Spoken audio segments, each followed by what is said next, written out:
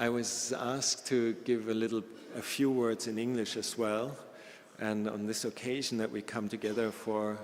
recollecting Luang Por Chah and all his practices, I found it particularly important that we take the direct teachings that lead to our own hearts and lead away from distractions, lead away from stuff that we don't need in society or in our own lives, and come back to the basics. So I was saying in Thai that in many places all over Asia, all over Thailand, and particularly in Ubon and in this monastery, we have got a very good example of seeing essential things that really help us in our daily life, where there's so many challenges with problems in society, with lack of direct contact to each other. For example, we spend so much time on screens and in a fake world, we can say, so that it's especially important that we come back to our hearts, come back to the truth of nature as it is, whether we are aware of it or not. But like in our hearts, there is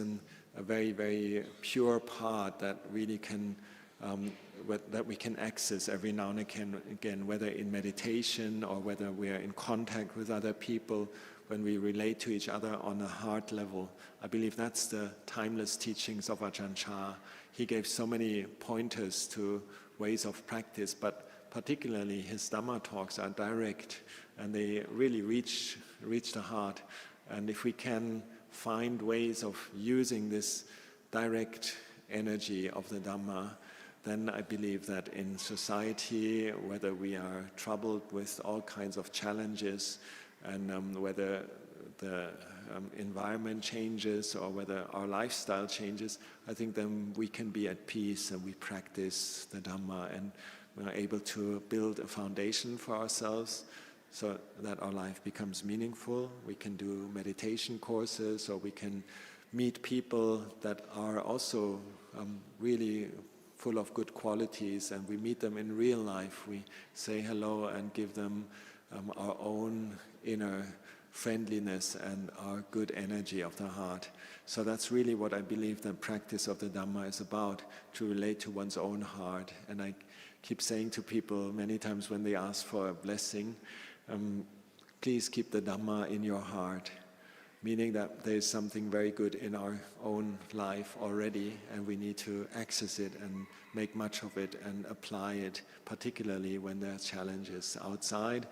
World is changing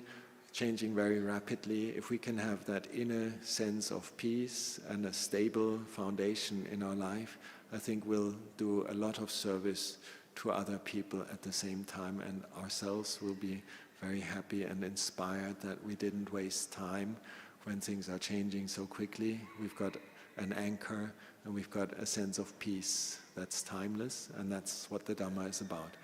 So I'd like to offer these short summaries of what I explained in Thai at length, and I wish everybody to keep the Dhamma in their hearts.